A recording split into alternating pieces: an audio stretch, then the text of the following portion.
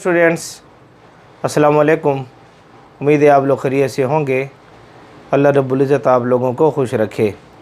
देखें, हमने atomic structure का स्टार्ट लिया हुआ है और एटॉमिक स्ट्रक्चर पर आज इंशाअल्लाह अज़ीज़ हम लेक्चर नंबर 11 आप लोगों के सामने लाए हैं। और आज का जो लेक्चर है हम डिस्कवरी ऑफ न्यूट्रॉन को डिस्कस करेंगे। और याद रखें, ये जो डिस्कवरी ऑफ न्यूट्रॉन है या आर्टिफिशियल रेडियोएक्टिविटी है, इसका मैं आज आप लोगों के सामने जो है पार्ट 1 लाया हूँ। यानी आज हम पार्ट 1 पढ़ेंगे, इसकी कैरेक्टरिस्टिक्स हैं और एक टेबल है, उसको पार्ट 2 में इंशाल्लाह डिस्कस करेंगे। तो लेक्चर का स्टार्ट लेते हैं। मेरा नाम है ग़ुलाम नबी और आप देख रहे हैं हमारा प्यारा सा खूबसूरत सा चैनल केमिस्ट्री वाला। तो कोशिश करें कि हाथ में पेन ले लें, रजिस्टर ले लें और जो बातें मैं लिखवा रहा हूँ साथ साथ नोट करते जाएँ। सबसे पहले जो डिस्कवरी ऑफ न्यूट्रॉन है, थोड़ी सी इसकी हिस्ट्री को हम डिस्कस कर लेते हैं। हिस्ट्री को पीछे अगर आप लोगों को याद हो तो हमने इलेक्ट्रॉन को डिस्कवर किया। इलेक्ट्रॉन के बारे में तफसीलन बात हो चुकी है, प्रोटॉन के ऊपर बात भी हो चुकी है। ये दोनों जो एटम के स्ट्रक्चर को हम डिस्कस कर रहे हैं, इलेक्ट्रॉन भी डिस्कवर्ड हो चुका है। आप इस लेक्चर को ज़रूर चेक करें कि यूट्यूब पर जाएं, डिस्कवरी ऑफ इलेक्ट्रॉन केमिस्ट्री वाला लिखें, इंशाल्लाह आपको लेक्चर मिल जाएगा। और प्रोटॉन, डिस्कवरी ऑफ प्रोटॉन लिखें यूट्यूब पर केमिस्ट्री वाला, इंशाल्लाह आपको लेक्चर मिल जाएगा। ये जब हमारे पास डिस्कवर्ड हो गए तो अब जो हमारे पास मसला था रदरफोर्ड के सामने, रदरफोर्ड काम कर रहा था। रदरफोर्ड तकरीबन 1911 में और 1920 में उसका जो काम था रदरफोर्ड का, वो न्यूक्लियस पर था। न्यूक्लियस पर, और उसने कह दिया था कि न्यूक्लियस के अंदर जो है पार्टिकल मौजूद हैं। जिस तरीके से इलेक्ट्रॉन डिस्कवर्ड हो रहा है, इलेक्ट्रॉन डिस्कवर्ड हो गया था, रदरफोर्ड के वक्त तो डिस्कवर नहीं हुआ था, लेकिन बारह न्यूक्लियस के ऊपर ये बात कर रहा था। उसने ये कह दिया था कि न्यूक्लियस के अंदर जो है न्यूट्रल पार्टिकल मौजूद हैं। न्यूट्रल पार्टिकल जो हैं ये क्या है, मौजूद हैं। ये बात जो है 1911 में 1920 के अंदर जो है रदरफोर्ड कर रहा था। अच्छा, जब इलेक्ट्रॉन दरियाफ्त हो गए, प्रोटॉन दरियाफ्त हो गए, अब जो चीज़ ज़ेर बहस थी सियासतदानों के दरमियान, वो असल में एटम का मास था। एटम के मास को वो ज़ेर बहस ला रहे थे। यानी आप इसको एटॉमिक मास का नाम दें। उनके लिए एटॉमिक मास जो था एक मसला बना हुआ था। असल में एटॉमिक मास के ऊपर बहुत सारी बातें आ रही थी। अच्छा, एटम एज ए होल पर तो न्यूट्रल था। इलेक्ट्रॉन और प्रोटॉन के लिहाज से देखा जाए तो एटम जो था एज ए होल के ऊपर न्यूट्रल था। अच्छा, इससे ये पता चलता था कि जितने इलेक्ट्रॉनों की तादाद है उतने हमारे पास प्रोटॉनों की तादाद है। इन दोनों की तादाद सेम है। इस वजह से तो एटम एज ए होल के ऊपर न्यूट्रल हमें नज़र आ रहा था। अब उन्होंने कहा कि एटम के मास को जब हम देखते हैं, खुसूसन बहुत सारे मास डिस्कस हुए, जैसा कि हाइड्रोजन का मास और हमारे पास जो था बेरिलियम का मास, हीलियम का मास, इसको डिस्कस किया गया। अब प्रोटॉन दरियाफ्त है। अच्छा, यहाँ पर इलेक्ट्रॉन का जो मास है, इलेक्ट्रॉन का जो मास है वो निग्लिजिबल था, वेरी स्मॉल, बहुत ज़्यादा छोटा था, कम था इलेक्ट्रॉन का मास। इसलिए मास में इसको काउंट नहीं किया जाता था, नॉट काउंटेड इन मास। मास में इसको काउंट नहीं किया जाता था। मास में काउंट होता था प्रोटॉन, मास में काउंट होता था प्रोटॉन।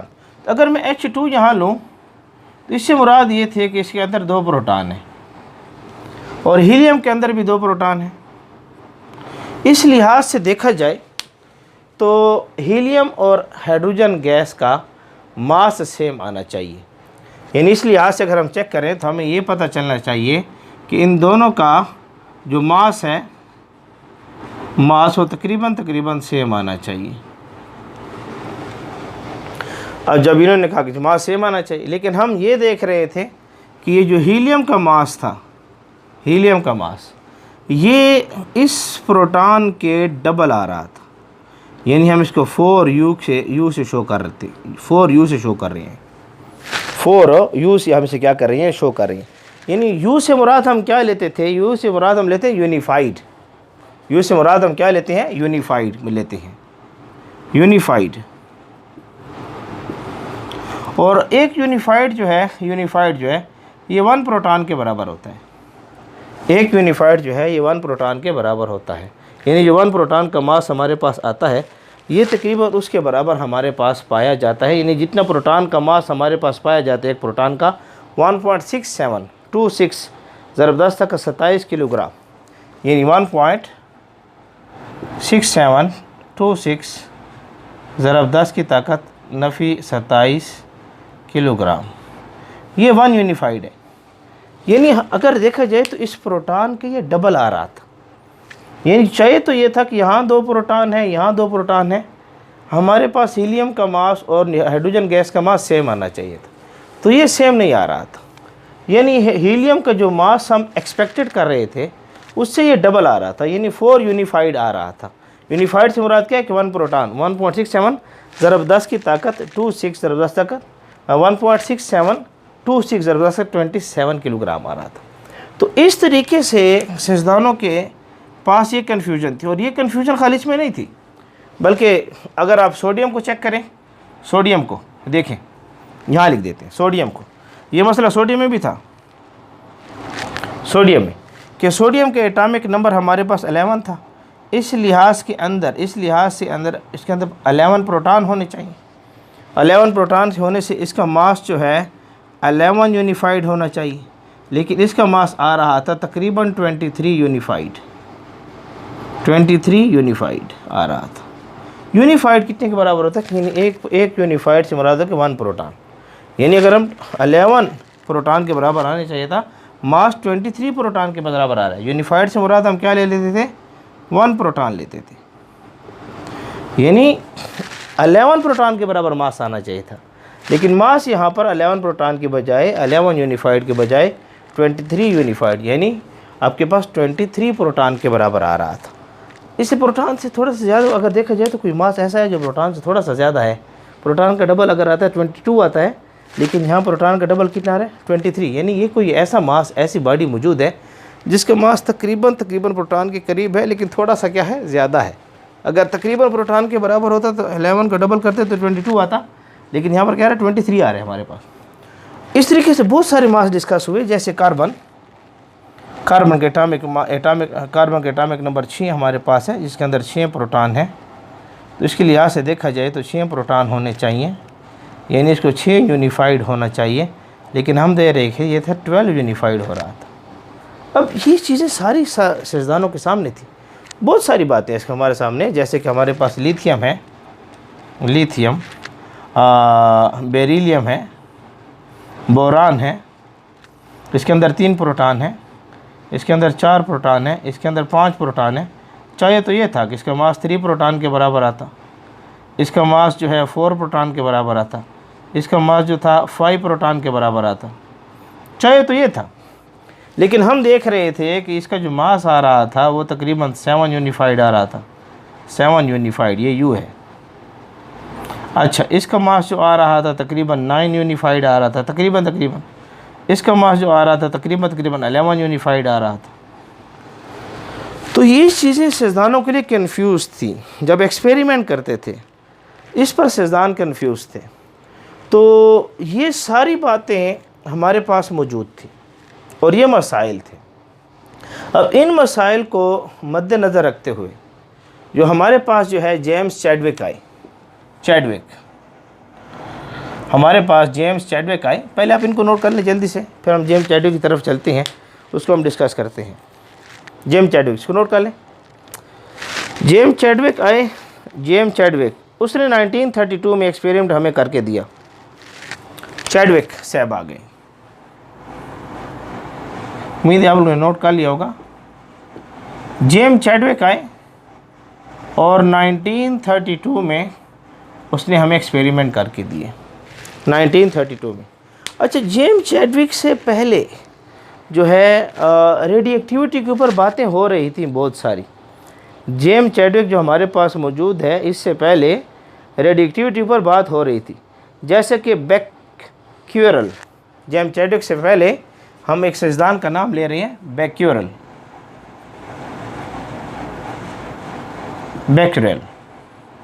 अब ये जो साइंसदान थे, ये भी रेडियो एक्टिविटी के ऊपर काम कर रहे थे। ये भी रेडियो एक्टिविटी के ऊपर काम कर रहे थे।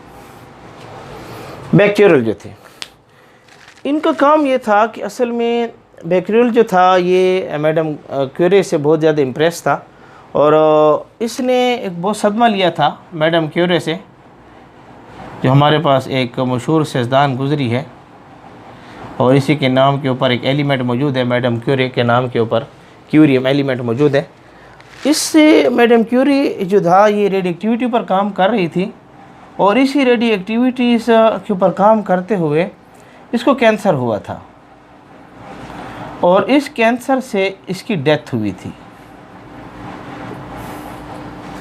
तो बैक्यूरल जो था ना, बैक्यूरल, उसने कहा कि रेडियो एक्टिविटी में हमारे पास जो पार्टिकल पैदा हो रहे हैं, इन पार्टिकल से रेडिएशन से बचने के लिए, कैंसर से बचने के लिए उसने एक एक्सपेरिमेंट डिज़ाइन किया। उसने क्या किया बैक्यूरल ने यहाँ पर कि उसने एक लेड का इस तरह प्लेट बनाई, लेड का इस तरह उसने एक खाना सा बनाया और इसके अंदर उसने रेडियो एक्टिव एलिमेंट रखा। रेडियो एक्टिव एलिमेंट ये लेड से बना हुआ एक सांचा उसने बनाया, लेड से, पीबी से बना हुआ, और उसके अंदर उसने रेडियो एक्टिव एलिमेंट को रखा। रेडियो एक्टिव एलिमेंट को उसने रखा और रेडियो एक्टिव एलिमेंट को रखने के बाद उसने क्या किया कि उसने कहा कि यहाँ से रेस खारिज हो रही हैं ये, और उसने यहाँ पर एक प्लेट रख दी, फोटोग्राफिक प्लेट, फोटोग्राफिक प्लेट। और ये फोटोग्राफिक प्लेट जो है सिल्वर ब्रोमाइड से बनी होती है, AgBr से, सिल्वर ब्रोमाइड से बनी होती है। इसमें सिल्वर ब्रोमाइड लगा होता है सारा इस तरह, और जहाँ पर ये रेज़ लगती हैं तो वहाँ पर ये ट्रांसपेरेंट हो जाती है, जिसकी वजह से नक्श पैदा होते हैं और ये सिल्वर ब्रोमाइड ये नक्श को देखकर ही आप जो एक्सरे वगैरह का फ़ैसला करते हैं कि फ्रैक्चर कहाँ पर पैदा होता है। तो बहरहाल यहाँ से उसने देखा और उसने यहाँ पर प्लेट्स लगाई और यहाँ पर भी प्लेट्स लगाई। अच्छा, ये लेड की उसने जो ये बनाई शील्ड, उसने इसलिए बनाई कि ताकि जो रेस हैं इसके पीछे वो ठहरता था और कहते थे रेस को स्टडी कर सके हम, ताकि रेस का नुकसान हमें न मिल सके। उसने चूँकि नुकसान मैडम क्यूरी में देख लिया था कि उसको कैंसर हो गया था और उसने कहा कि हमें ये कैंसर ना हो सके, इसलिए उसने यहाँ पर प्लेट्स रखी। ये प्लेट जो पॉजिटिव थी, ये प्लेट्स नेगेटिव थी। उसने कहा कुछ रेस ऐसी जा रही हैं, कुछ रेस ऐसी जा रही हैं और कुछ रेस स्ट्रेट जा रही हैं ऐसे, बिल्कुल। अब जो रेस पॉजिटिव तरफ जा रही हैं तो ये नेगेटिव रेस हैं, जो नेगेटिव जा रही हैं तो पॉजिटिव रेस हैं, और जो बिल्कुल स्ट्रेट चली गई हैं तो ये न्यूट्रल हैं। न्यूट्रल रेस हमारे पास मौजूद है। अब जो पॉजिटिव रेस थी तो इनको अल्फ़ा का नाम दिया गया, अल्फ़ा पार्टिकल अल्फ़ा। इनको जो नेगेटिव था इसको बीटा का नाम दिया गया, और जो न्यूट्रल था इसके लिए गैमा का लफ्ज़ उसने इस्तेमाल किया। गैमा का लफ्ज़ उसने क्या किया, इस्तेमाल किया, गैमा। तो इसको सी बना लें ऐसे, गैमा का लफ्ज़ उसने क्या किया, इस्तेमाल किया। तो ये जो बैक्यूरल था ना, ये रेडियो एक्टिविटी के ऊपर काम कर रहा था और इसने कहा कि जब हम ये न्यूक्लियर रिएक्शन करवाते हैं तो उसमें हम ये देख रहे हैं कि 3 किस्म की रेज़ हमारे पास पैदा होती हैं, लेकिन उसने यहाँ पर लेड का एक शील्ड पैप बनाई ताकि रेडियो एक्टिविटी का नुकसान हमें ना हो सके। तो चैडविक से पहले बैक्यूरल ये तजर्बात हमारे सामने कर रहे थे। अब बैक्यूरल की इस तजर्बात से अल्फ़ा पार्टिकल भी पैदा हो रहे हैं, बीटा पार्टिकल भी पैदा हो रहे हैं और गैमा पार्टिकल्स भी पैदा हो रहे हैं हमारे सामने। इसको आप गैमा पार्टिकल लें, इसको इस किस्म का ले लेते हैं, ठीक है। गामा पार्टिकल्स आपके सामने आ रहे हैं, तो जल्दी से इसको नोट कर लें, फिर हम चैडविक के एक्सपेरिमेंट की तरफ चलते हैं। तो मैंने कहा पहले थोड़ी सी हिस्ट्री को डिस्कस कर लेते हैं कि हमारे सामने मसाइल क्या थे, और उसके बाद जो है हम चैडविक एक्सपेरिमेंट की तरफ आना क्या करते हैं, शुरू करते हैं। शाबाश को देख लें जल्दी से। उम्मीद है आप लोगों ने स्क्रीनशॉट ले लिया होगा या इसको नोट कर लिया होगा। अब चैडविक की तरफ हम आते हैं थोड़ा सा। ये यूनिफाइड वगैरह जो बातें की इसको अच्छे तरीके से नोट कर लें, ताकि यूनिफाइड और प्रोटॉन सेम समझें आप इसको। तो किताबों ने यूनिफाइड लफ्ज़ यूज़ किया है, इस वजह से मैंने भी लफ्ज़ यूनिफाइड ही इस्तेमाल किया है, तो थोड़े इस पर कंफ्यूज आप लोग नहीं होना। अब चैडविक की तरफ हम आते हैं, थोड़ा सा इसको साफ़ कर लेते हैं। बोर्ड हमारा जल्दी साफ़ नहीं हो रहा, लेकिन बहरहाल हम मेहनत कर रहे हैं कि जल्दी साफ़ हो जाए, ताकि हमारे लिए जगह मुयसर हो सके और हम इस लेक्चर को अब तफसील से डिस्कस कर सकें।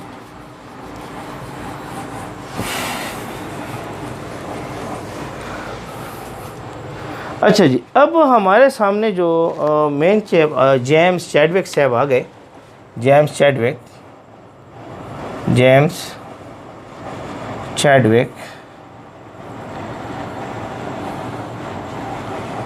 और 1932 में जेम्स चैडविक साहब ने हमें न्यूट्रॉन डिस्कवर करके दिया। न्यूट्रॉन डिस्कवर्ड करके दिया, और इसी वजह से इसको नोबेल प्राइज़ मिला।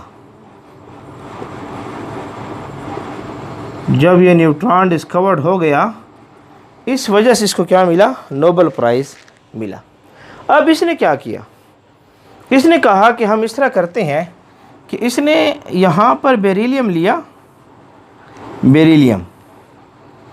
ऐसे बेरिलियम की प्लेट ले ली, बेरिलियम की प्लेट इब्तिदा में जब तजर्बा कर रहा था, बेरिलियम की प्लेट, और इस पर इसने बम्बर्ड किए।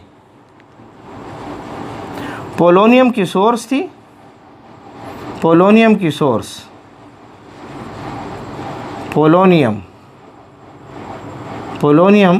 उसने लिया।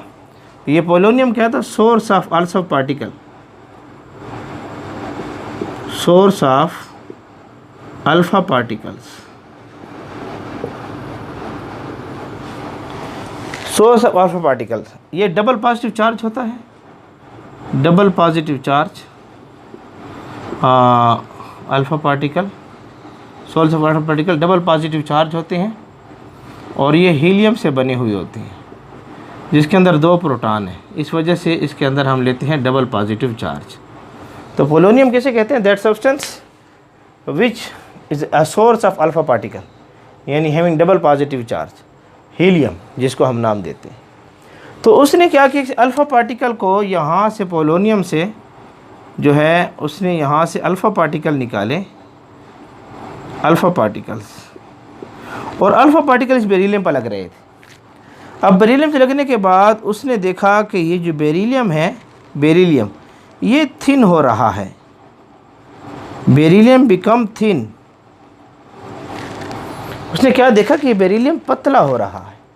अच्छा, पतला होने के लिए उसने देखा कि जब ये पार्टिकल यहाँ से लग रहे थे तो यहाँ से कुछ ज़रे निकल रहे थे, जिसकी वजह से पतला हो रहा था। उन ज़रों को देखा कि वो ज़रे कार्बन थे, जो ज़रे यहाँ से निकल, यहाँ जो अल्फ़ा पार्टिकल यहाँ लग रहे थे, और ये बेरिलियम पतला हो रहा था। तो उसने देखा कुछ पार्टिकल्स यहाँ से निकल रही हैं, पार्टिकल्स।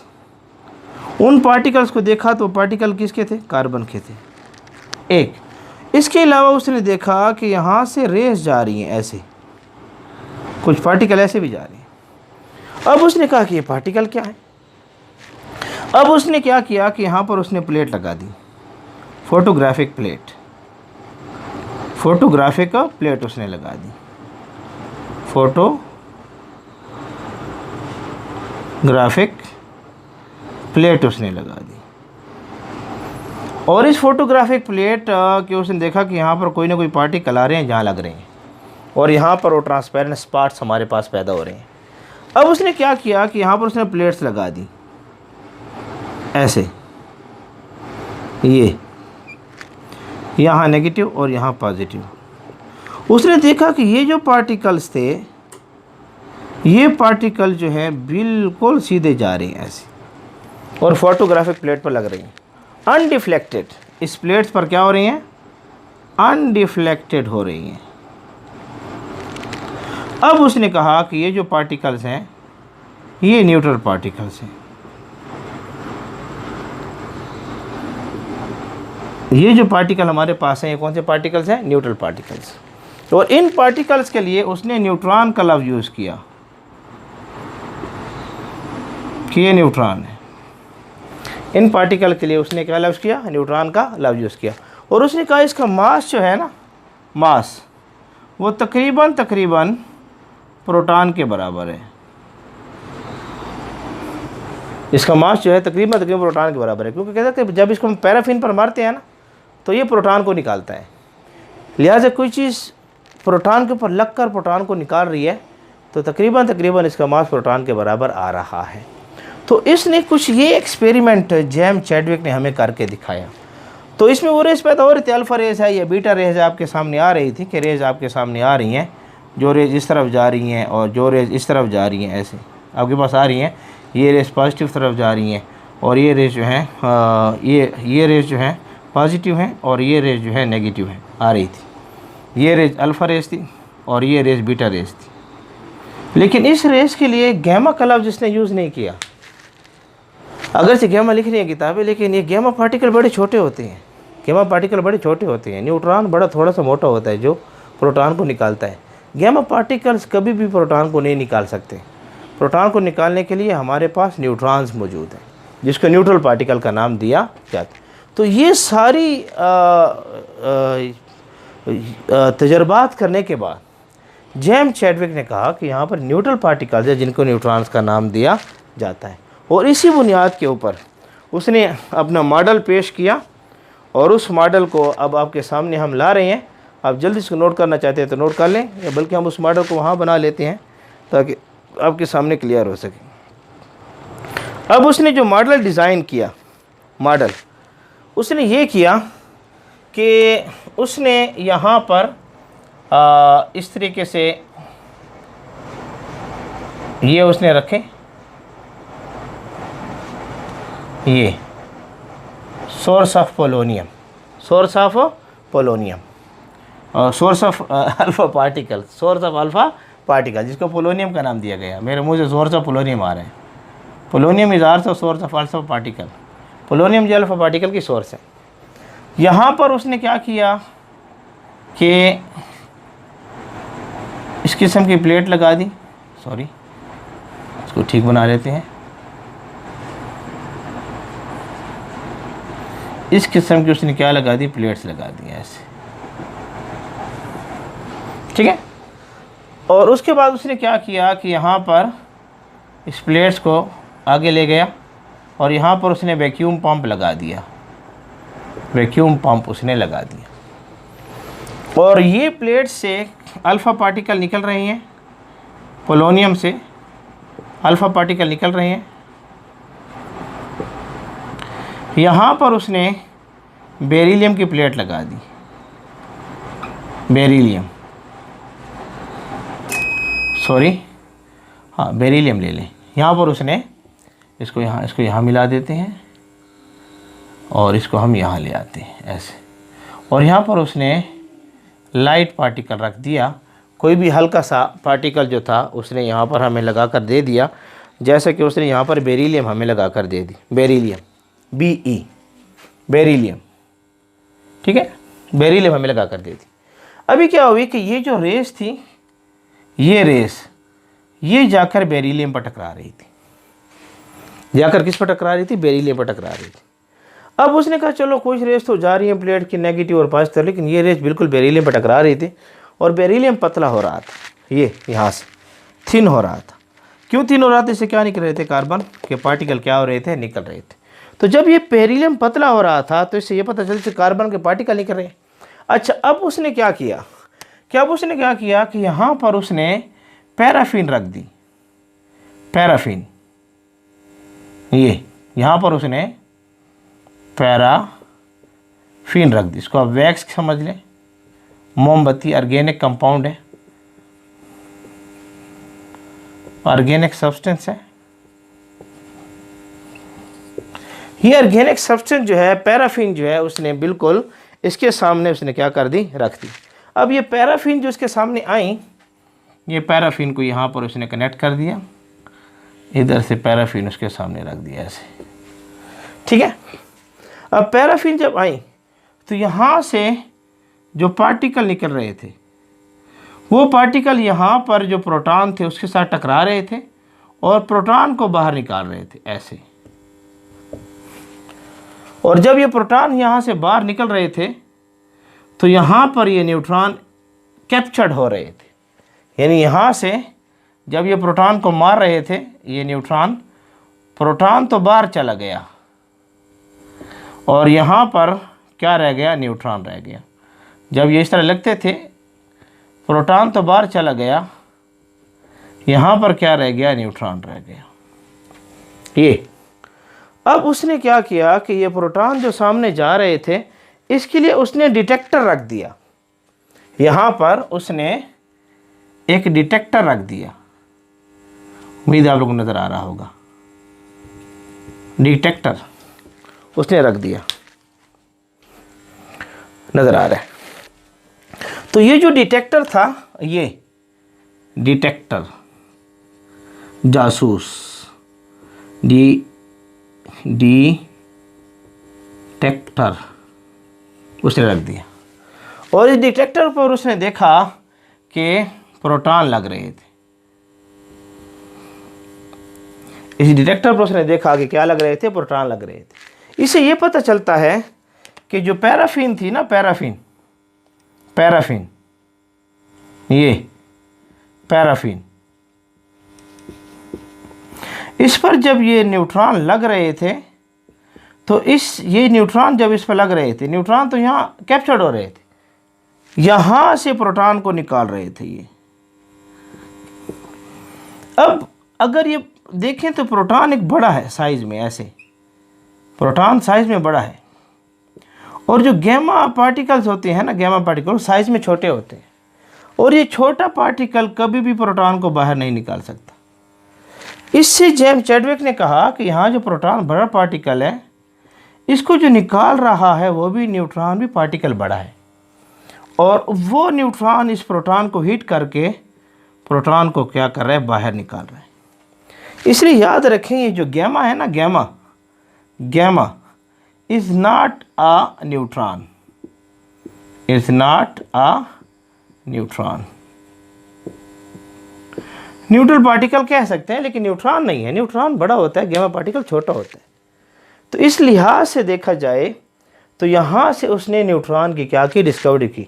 और इस पैराफिन से उसने जब इसको अलहदा किया तो पैराफिन से हमें ये न्यूट्रल पार्टिकल मिल रहे थे। जब इन्होंने इसको आइसोलेट किया तो हमें न्यूट्रॉन मिल रहे थे। तो इस तरीके से 1932 में जेम्स चैडविक ने नोबेल प्राइज़ हासिल किया, हमें न्यूट्रॉन ईजाद करके दिखा दिए। अच्छा, अब यहाँ ये कार्बन कैसे बना, इसका रिएक्शन हमारे पास कौन सा आ रहा है? तो कार्बन बनने के लिए हमारे पास मौजूद है न्यूक्लियर रिएक्शन हो रहा है। यहाँ जो कार्बन बन रहा है इसके लिए हमारे पास हो रहा है न्यूक्लियर रिएक्शन। ये केमिकल रिएक्शन नहीं है। केमिकल रिएक्शन में इलेक्ट्रॉन का ट्रांसफ़र होता है, एक सबसे इलेक्ट्रॉन गेन कर रहा है, दूसरे इलेक्ट्रॉन लूज़ कर रहा है, ये न्यूक्लियर रिएक्शन होगा। न्यूक्लियर रिएक्शन में क्या होता है कि हमने अल्फ़ा पार्टिकल ले रखे थे हीलियम, जब इसको हमने बेरिलियम पर मारा। अब पीछे तो आपको पता है कि हमारे पास हीलियम का जो एटॉमिक मास आ रहा, प्रोटॉन आ रहे थे 2, यानी 2 प्रोटॉन थे, हमें 2 यूनिफाइड आना चाहिए थे लेकिन हमें यूनिफाइड 4 आ रहा था, 4 यूनिफाइड आ रहा था। पीछे आपने ये भी पढ़ा है कि बेरिलियम जो हमारे पास मौजूद होता है, बेरिलियम के पास 3 प्रोटॉन होते हैं, लिहाजा हमारे पास 3 यूनिफाइड आना चाहिए था, लेकिन एक्सपेरिमेंट बता रहा था कि हमारे पास 7 यूनिफाइड आ रहा था। ये इस तरीके से हमारे पास 7 यूनिफाइड आ रहा था बेरिलियम का, हमारे पास सॉरी वो लिथियम का, बेरिलियम 4 है, 4 प्रोटॉन, तो 4 यूनिफाइड होना चाहिए, और हमारे पास आ रहा था 9 यूनिफाइड आ रहा था, यू से मुराद यूनिफाइड आ रहा था। अब जब उन्होंने ये देखा कि इस लिहाज से अगर हम इसको चेक करें तो हमारे पास यहाँ कार्बन आ रहा है, कार्बन क्या आ रहा है, कार्बन, और कार्बन को देखें तो कार्बन के एटॉमिक नंबर 6 हैं, 6 प्रोटॉन हमारे पास हैं, और यूनिफाइड के लिहाज से देखें ये 9 है और ये 4 है।